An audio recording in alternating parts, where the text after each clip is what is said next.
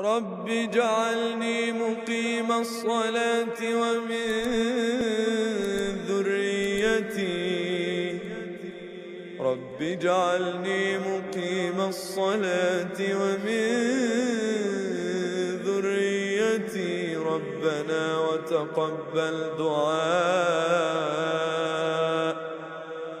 ربنا اغفر لي ولوالدي وللمؤمنين يوم يقوم الحساب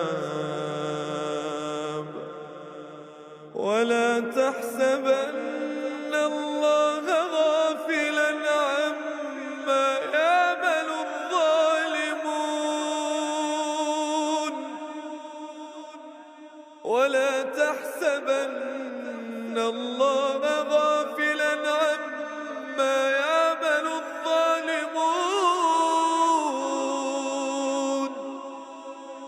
إنما يؤخرهم ليوم تشخص فيه الأبصار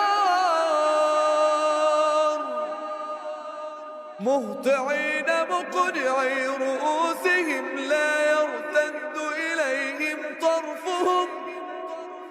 لا يرتد إليهم طرفهم وأفئدتهم هواء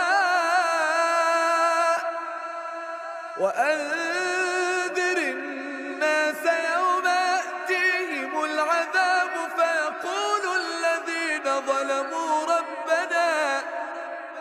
فيقول الذين ظلموا ربنا أخرنا إلى أجل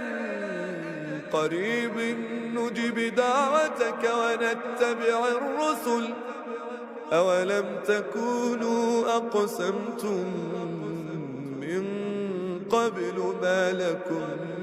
من زوال وسكنتم في مساكن الذين ظلموا أنفسهم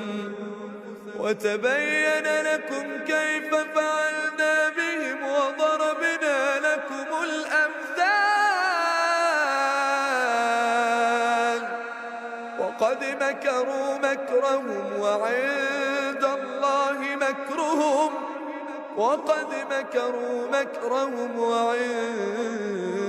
الله مكرهم وإن